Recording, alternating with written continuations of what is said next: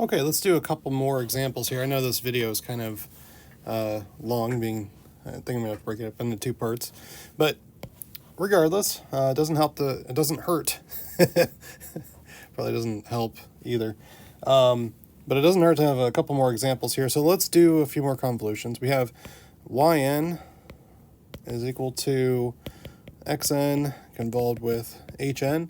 Very common form that we see very often.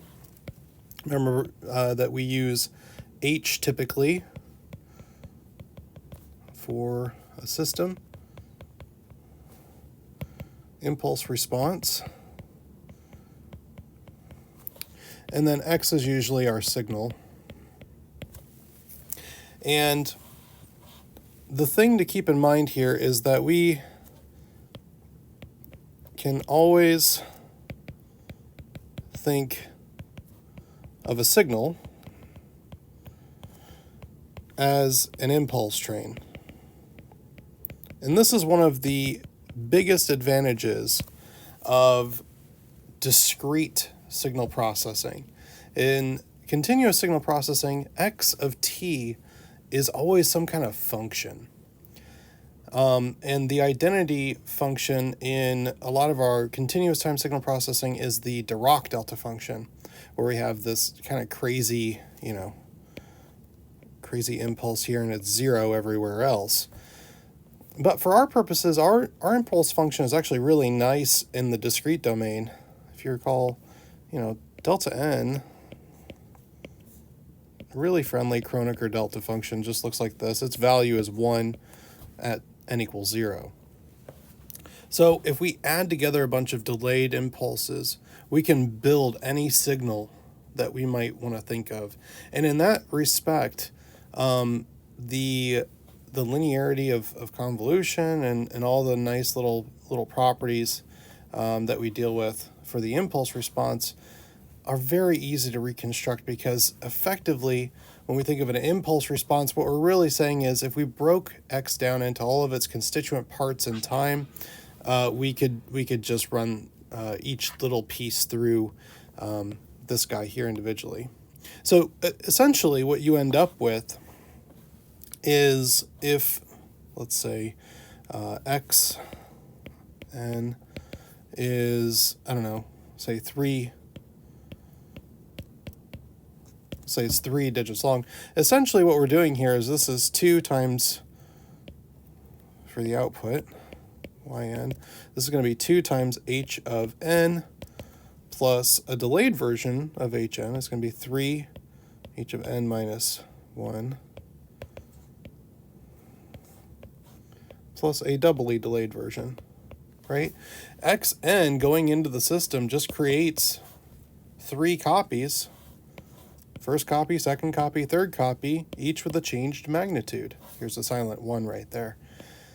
So that's one of the huge advantages of discrete signal processing, is that we can really see the mechanics of the impulse response working for us here as we break apart the signal into its constituent parts, into it being thought of as an impulse train.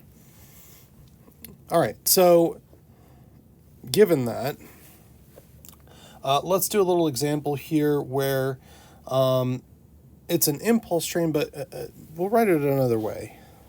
So let's do it this way. Yn is going to be equal to xn, hn. But in this case, we'll say that xn is equal to the unit step function, n plus 1. So it's starting a little bit early, right? Starting a little bit before 0. And it's going to run until n equals 3, and it's going to turn off.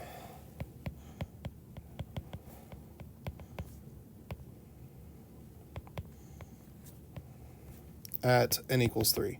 So at n equals 3, this function must be 0. So the pulse is from -1 to 2, essentially.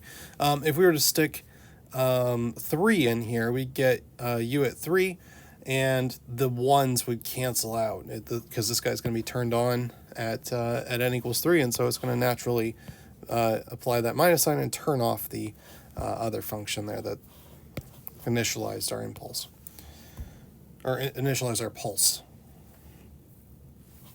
Okay, so let's define an H. And for our H here, this is a very common example that we run into in some of the homeworks and a lot of the examples from the textbook, but it's just this nice little exponential function. This is the impulse response of the system. Now, this is a response that looks something like this. Now, it doesn't actually look like this because in reality, this is actually discrete, right? So this little line here doesn't exist. Oop. And it's turned on at 0, and it's on forever afterwards. So one question we might ask ourselves is the system causal? Meaning, does it pull from future inputs? Does it predict the future? Does it do anything before it sees any kind of input?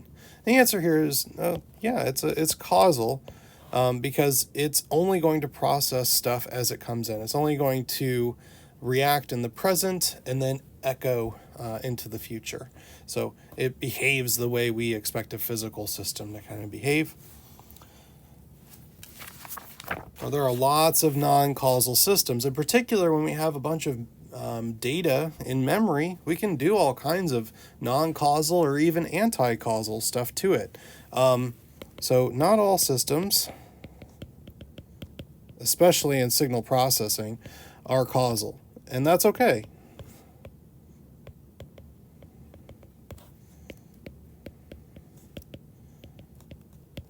Because it allows us to do more complicated kinds of operations. Let's take an example here. Let's say that yn is equal to x to the minus n. Is that causal? Well, no way. It's reversing all the time components.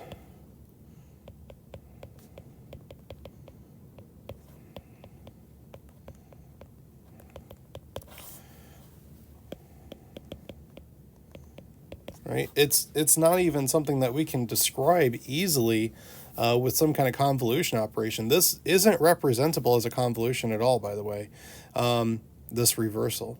So, but this operation, we talked about it earlier, when we reverse the orientation, the order of our samples in our sequence, it's a very common thing to do when we're trying to do some kind of like autocorrelation, which is related to like match filtering, things like that. Your cell phone does this all the time, right? When it's trying to figure out,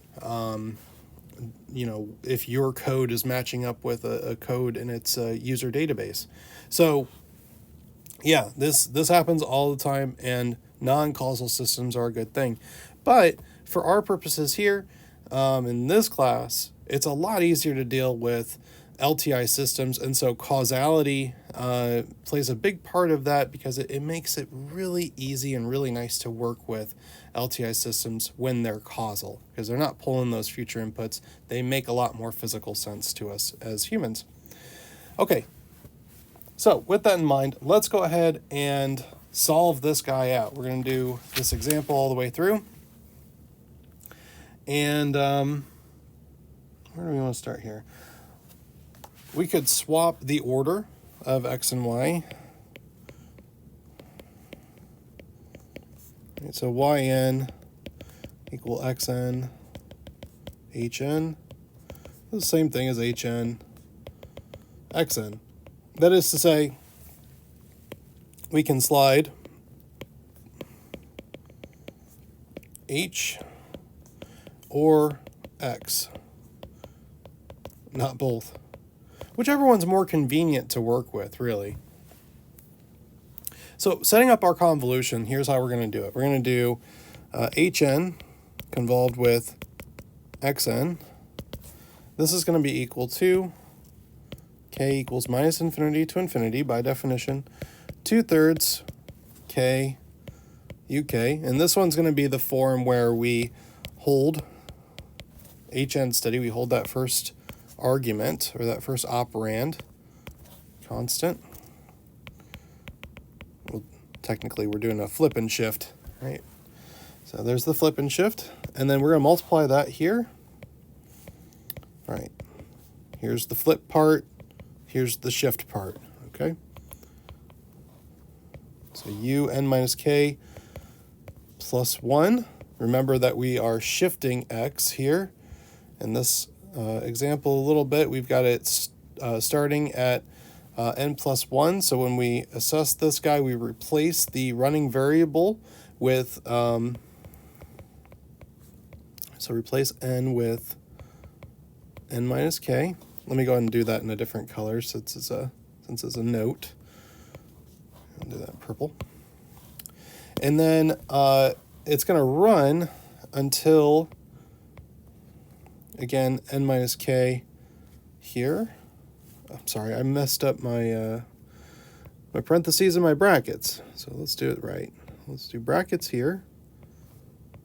Because remember, so this is why this matters, just as a side note. Un here, or u of whatever, is a discrete function.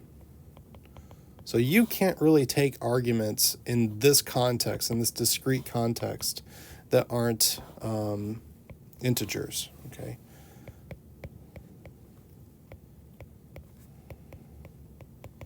And this is the mathematical symbol for the integers, right? Okay, back to writing this guy out, n minus k and minus 3 here. Ah, there we are. All right, so now we've got this big ugly mess, and we think, okay, there's a lot of step functions running around here. Yeah, what are we gonna do with all this? Okay, well, first of all, we've got fundamentally a term here and a term here. So there's two terms, and we're multiplying, okay?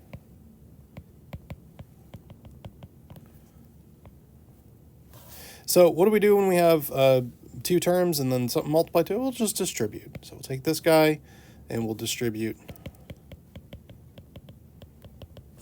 to both of those terms. That'll make the sum a little bit easier because we can then break up the sum into two different summations.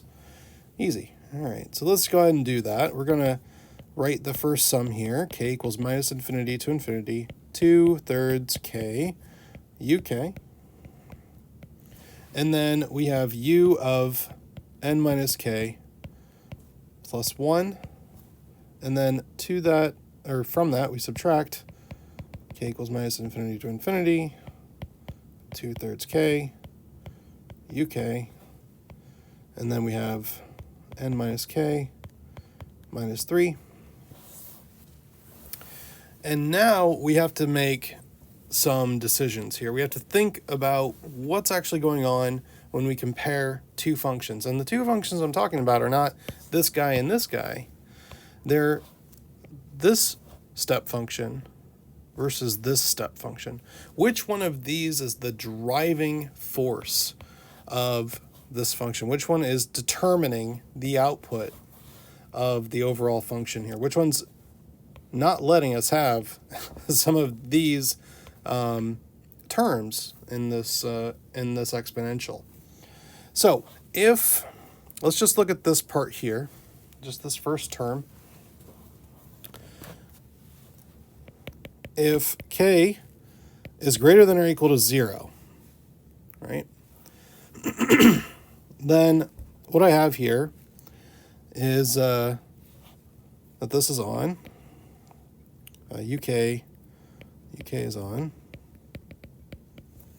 and if n minus k plus 1, let's write this a little neater,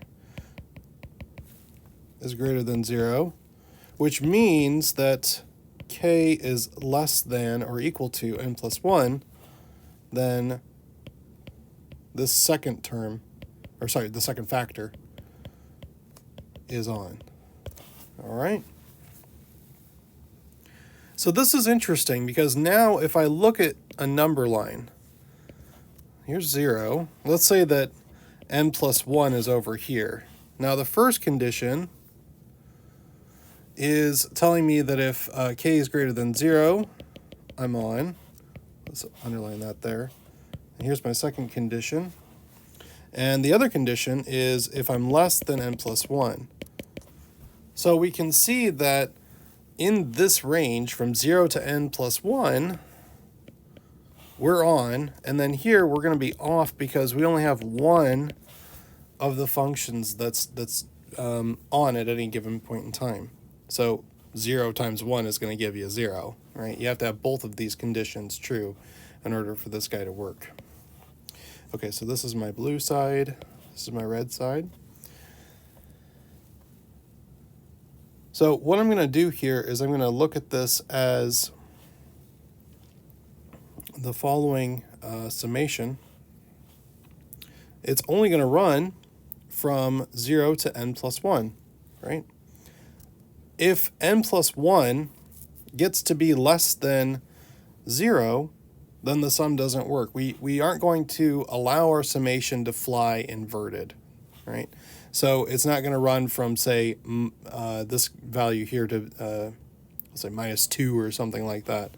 If that's the case, if n plus 1 is minus 2, then there's no overlap, right? This whole spot here will shift and move itself down the line, and we'll no longer have that overlap to hang on to because the red can't move with n. The red is fixed. So if the blue region moves to the left, we're host.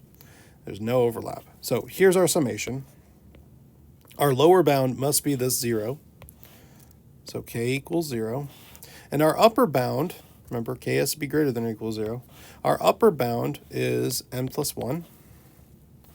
And that's 2/3 k. All right, and then we do the same trick on this other side. So we look at this guy over here. I'm going to use, let's say, purple. We'll take this guy here. And I'll just say similarly, we're going to pull this guy over. Same rules apply here, except now instead of n plus 1, we're going to go to n minus 3. So it's going to be the same thing there. K equals 0 to n minus 3. 2/3 k. And we're going to subtract these two terms. All right, again, an important note. Don't fly inverted. Okay, when I say don't fly inverted, you know, your airplane should not be upside down. Now, this works sometimes for short periods of time, or if you're, you know, flying a Red Bull plane. But with most airplanes, you don't want to fly them upside down. The lift thingy that makes them stay in the air doesn't really like that very much. So you'd have to throttle quite a lot. Okay, anyway, that just means n plus 1 must be greater than or equal to 0. Okay, and similarly, n minus 3 must be greater than or equal to 0.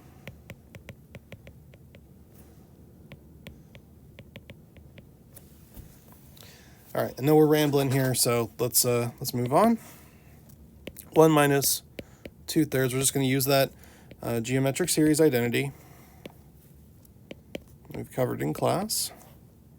And if you don't know it, you can look it up. But basically, we're just looking at the upper limit minus the, the lower limit minus the upper limit for exponents on this guy. And I believe our formula is something like, let's write this guy out here. Sum k equals lower to upper is equal to,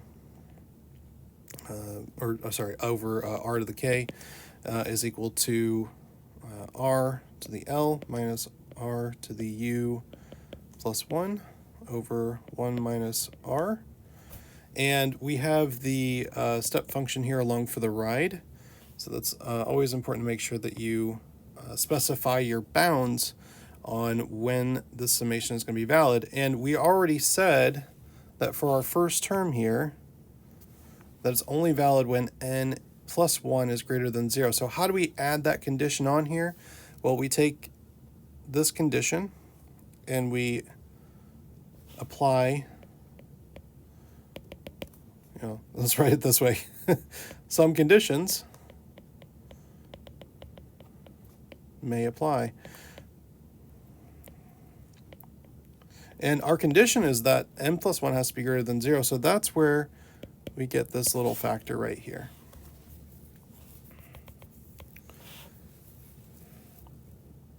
Okay.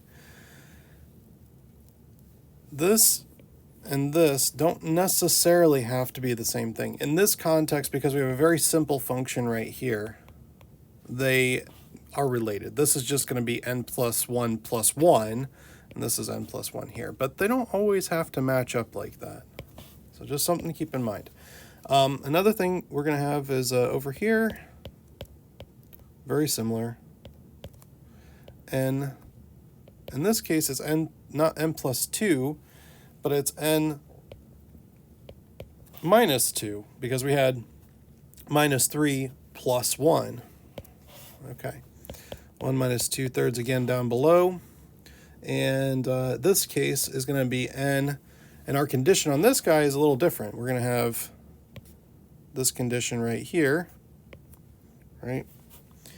So that's going to drive us to say, well, it's only going to be valid when n minus 3 is greater than or equal to 0. That is, n has to be greater than or equal to 3. And we can represent that with a step function once again. So we just want to make sure that we're not picking up any n values that are less than 3. So that's it. This is our solution for the convolution. We could leave it like this, and that would technically be correct. We have a nice closed form solution. By the way, a closed form versus an open form, if you have, and for finite sums, it doesn't really matter too much, but anytime you have summations or integrals or something like that, we generally think of that as what we call an open form solution. And in a lot of signal processing, this actually happened to one of my colleagues when I was in grad school. He had a nice open form solution that didn't really have a good and intuitive way of understanding what that integral, in that case, was going to result in. And this is for a radar problem. So he had to figure out an approximation for the closed form representation, because without some kind of closed form or representative of a closed form representation, you can't stick it in the computer and have it actually compute it effectively, especially when it's an integral. You can probe around, but if the function's kind of funky, which this one was, you need some kind of closed form. So long story short, once you get things into a closed form solution, mathematically, you're kind of in the clear. Somebody else can simplify it for you. But don't trust ChatGPT or something like that to zip up your open form solutions, because sometimes it can go a little loopy. All right, we've been taking it nice and slow here. Let's wrap it up. We've got our simplification gives us an accumulator and a reducer. This is the technical name for these things. We could just write this as 3 actually, because we have 1 minus 2/3, that's 1/3, 1 over 1/3 is 3. So 3 times 1 minus 2/3 to the n plus 2 u of n plus 1 minus, and again we have 3 for our coefficient, 1 minus 2/3 n minus 2 u of n minus 3. All right, so why is this called an accumulator and a reducer? So this guy is going to put on some values. It's going to turn on and accumulate values starting at n equals minus 1. And then this is going to start taking away after n equals minus 3. And notice that individually, both of these terms are going to contribute. This one's going to be some kind of positive quantity, right? We have 1 minus some fraction to some power. So that's always going to be smaller than 1. So this difference here is always going to be approaching 1 as this gets very large, right? So this is going to make it big, right? We're going to keep try to get that to 3 or whatever it is, and this guy here is going to start taking that away. And in the limit, these two things are going to just cancel each other out, and we're going to be left with nothing. We're going to be left with exactly 0 because this thing will be approximately the same as this thing. So in the limit, these are going to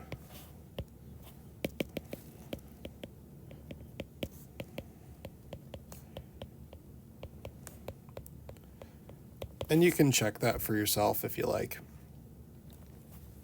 But long story short, yeah, it's going to give us some kind of initial response.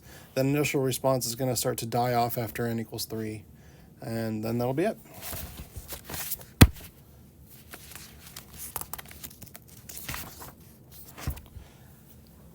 Okay, let's talk a little bit about graphical convolution now.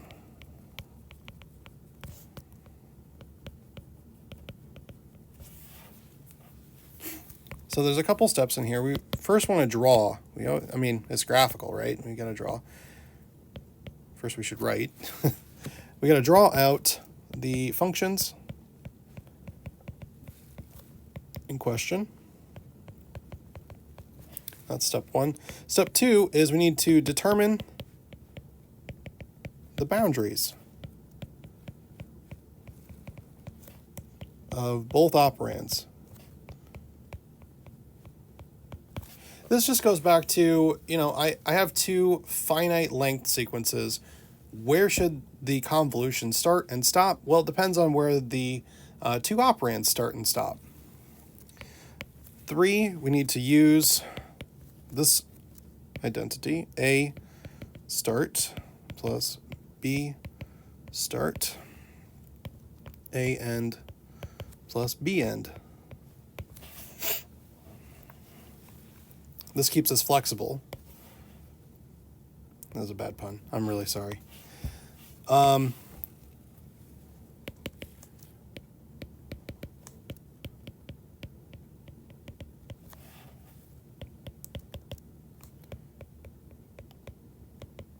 Okay, so this will give us our boundaries for our convolution if we follow this. Now, A start and A start and A end.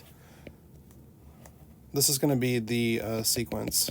Right? So we're doing this convolution where A starts and where A ends. The value of n is A start. So let's do an example here. Let's say A is equal to 1, 2, 0, 5.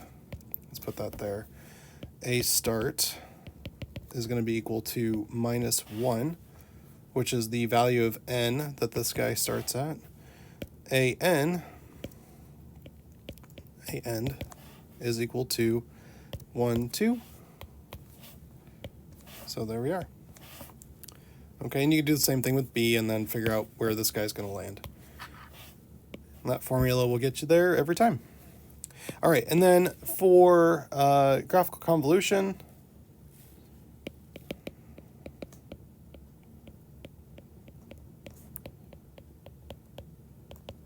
we're going to start it at A start plus B start, obviously. Now this is kind of seems obvious, right? But a lot of times we get shifted around and we can get confused about, okay, when should I really start convolving these two things together? When should I start assessing the value of n? I've done all this algebraic work, or maybe I've moved some things around. When should I actually start? And this just gives us a nice way to work on it. And most notably,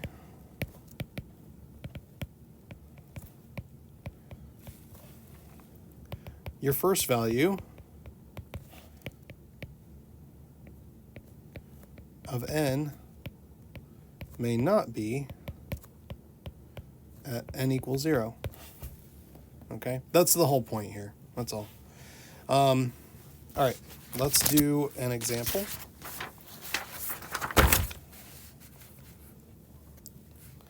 So suppose xn is a pulse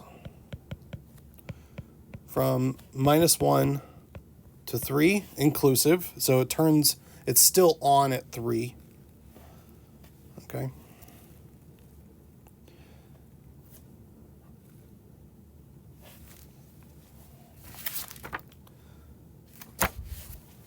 If we want to be consistent, actually, we should, we'll make this 2, actually, just so we can be consistent with the last problem. All right, so if we flip, okay, or just scribble, flip around, n equals 0.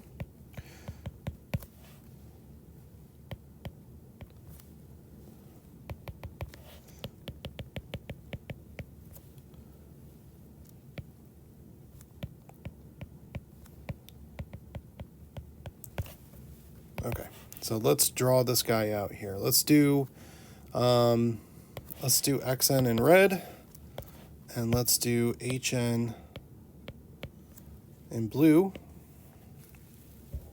So we have hn sitting pretty here. Keep going.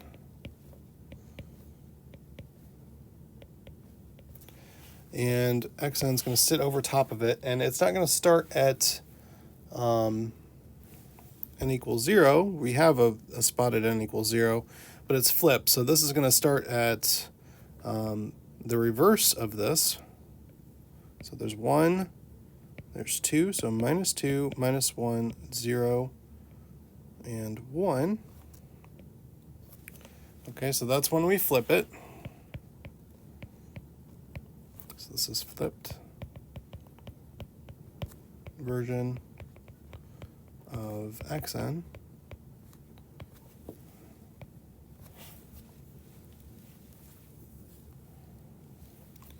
Now, we wrote this up for a reason, right? All this stuff here. When do we start the convolution? This is kind of a goofy question, but here it becomes pretty apparent that we actually need to know when to start the convolution. So y of n should start at, well, what is a start? So a start, in this case, it'd be x start plus h start. Right? Well, x starts at -1, and h starts at 0.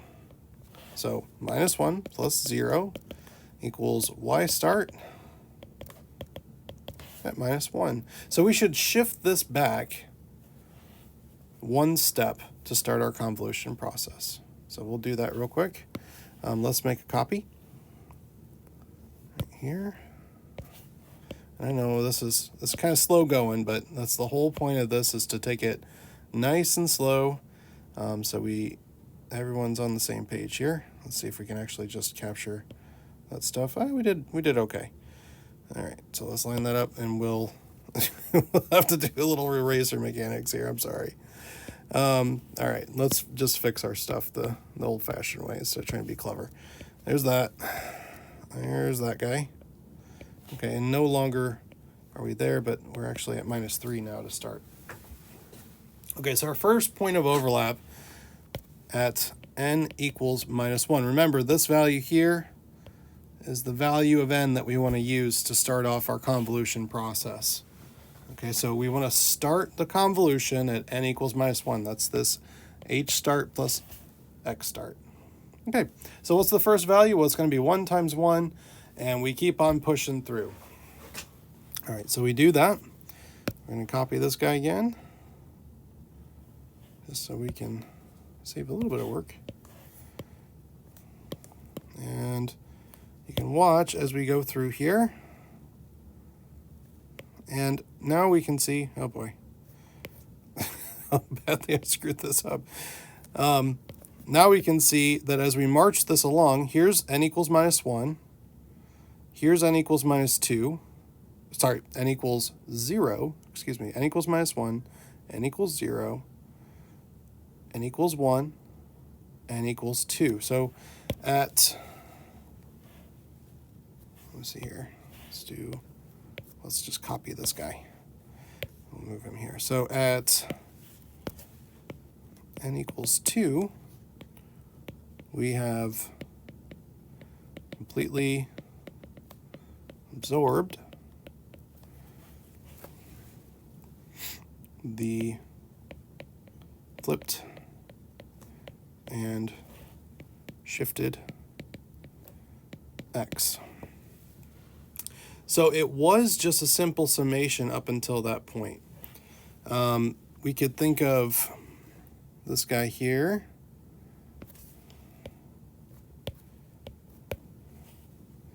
Let's take this stuff here.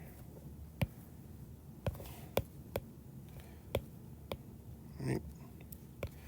We could think of this stuff here as adding the first element of blue, adding the first two elements of blue, adding the first three elements of blue, adding the first four elements of blue, right? Accumulating those values. And then after that, we are accumulating all the values of blue, but then we're leaving off this first value over here. So at n equals 3, we accumulate all terms up to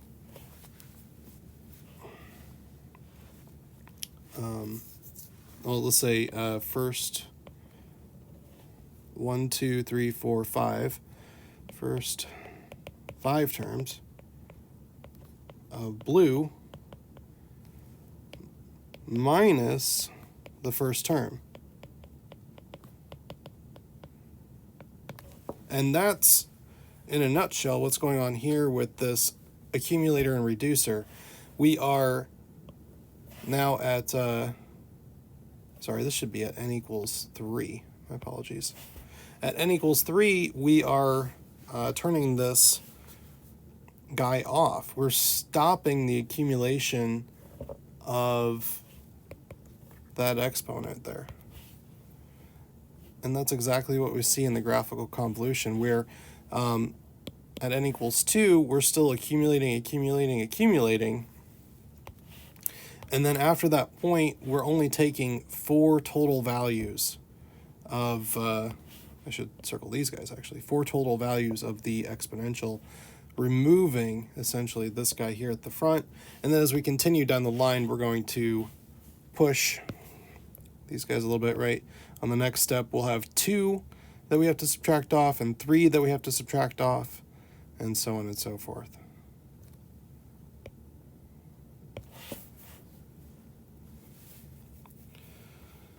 And then eventually, as we said in our original estimation, this guy, oops,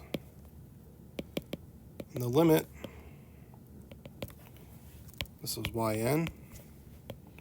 yn goes to 0.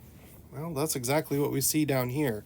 This sum, as it moves over, is just going to be collecting smaller and smaller elements of the exponential decay. So we're effectively going to go to 0 on this summation.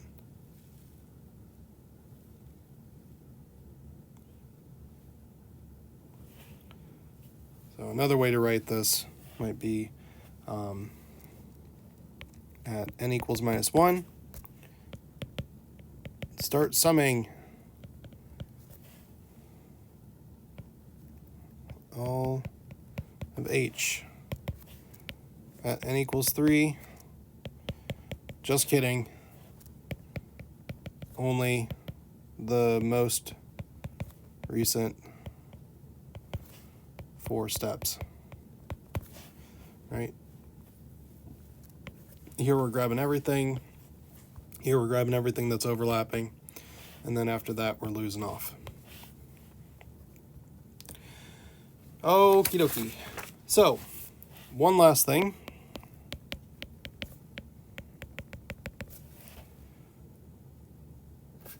Again, I want to re-emphasize this guy here. Xn is equal to delta n plus 1 plus delta n plus delta n minus 1. And sometimes this can be a cheat for like a test or something like that, where you have some kind of pulse and you don't really want to mess with all those step functions. You can just use impulses if they're convenient. If it's a really short pulse, it's often easier to write just one or two impulses, or sorry, one or two impulses over a step function. Okay. So works well for 2 or 3 impulses. Okay, and that's going to do it for the video supplement. And I know we went really slow through a lot of this stuff, but again, this is designed to be kind of a remedial review, so I don't feel too bad that the video is a little bit longer. We went on some tangents and things like that, but hopefully, I hope this helps. I'd like to hear your more immediate feedback on it. I've pre-recorded this. As you can see, the date here is August 4th. So I've recorded this a month ahead of time. If it's not working for you guys, or you need a couple more examples or whatever, let me know. And I can upload a few more examples of problems like this so that you can get a little bit more comfortable, or I can give you some problems to kind of work on your own. So anyways, thank you so much for your attention. I know it's really boring to watch these videos, and I didn't even have one anime reference or one D&D reference in here at all. So that's just terrible. Maybe I can just throw something in here at the end just to reward you. Here, we made a flexibility joke. So here's a bender. Thanks for being flexible with your time. Because it's, yeah. All right. Anyway, cheers. See you later.